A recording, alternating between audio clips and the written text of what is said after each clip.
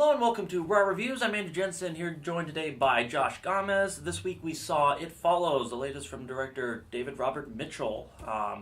He's a relative newcomer in the industry. I think he's only directed one other major feature, not relatively well known, but this one has gotten him a lot more accolades, definitely. It Follows has been received critically very well, by audiences a little less so. It's kind of a polarizing film in some ways, but the basic function of it is it's a story of a young woman named Jay who, after a sexual encounter, is persistently chased by some creature that's manifested itself in human form. All throughout the movie, it's pretty much just her and her Scooby gang trying to thwart this thing and get away from it, essentially.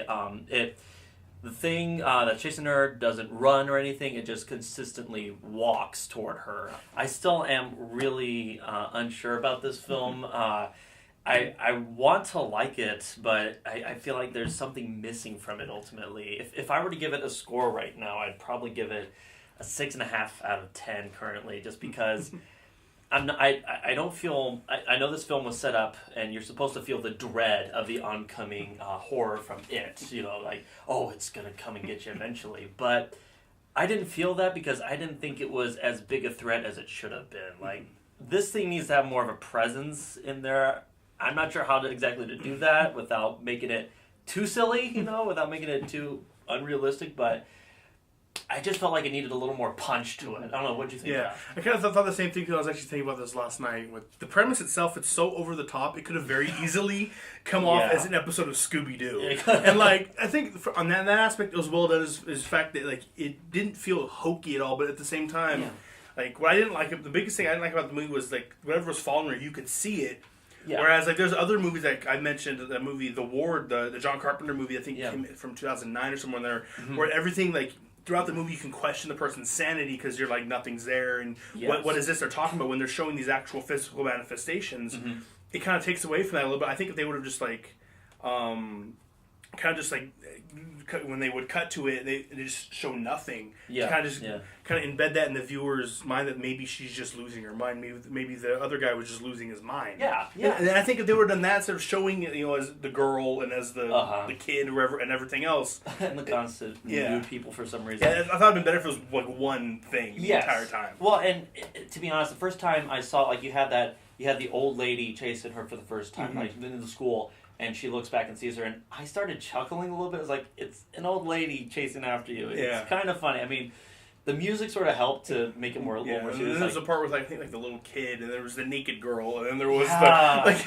It's hard to take seriously sometimes. Yeah, like, some of them made absolutely no sense. No, but I think going back to that point, though, where, like, the thing needs to have less of a, like, physical presence as much as just be like, it's constantly chasing me. Can't you see it? Can't you see it? It's coming toward me. I agree. I don't want to see people so much as I want to see the characters just being driven crazy by this thing. Like you mentioned the theater, that was brilliant. That was more terrifying. Like hearing somebody next to you say, "Don't you see that person by the door or whatever?" We got to get out of here right now. It's like, are you okay? Yeah. and I thought, even kind of like I mentioned before, even just a little bit of doubt from the other characters that maybe she's really just going crazy. Overall, more pervasive. From the other add just another layer to the psychology of the film. Well, I said a 6.5 out of 10. What would you say, Josh? 6.5, 7. I think it's a movie that we've talked about this before. I'm not sure after we walked out of the theater, I wasn't sure if I loved the movie or if I hated it. Yeah. Like, I think I'm gonna have to see a second time to really kind of, I guess, judge it because it's kind of.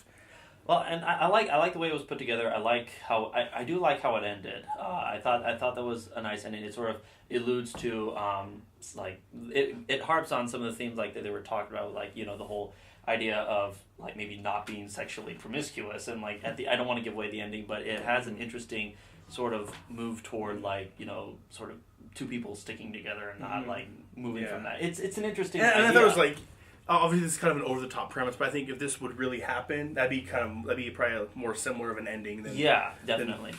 But it has some interesting details on, like, sexuality in general, which a bit over the top at times, a bit obvious, like, okay, we get it, but it had a nice sort of flow to it, and it didn't seem out of place.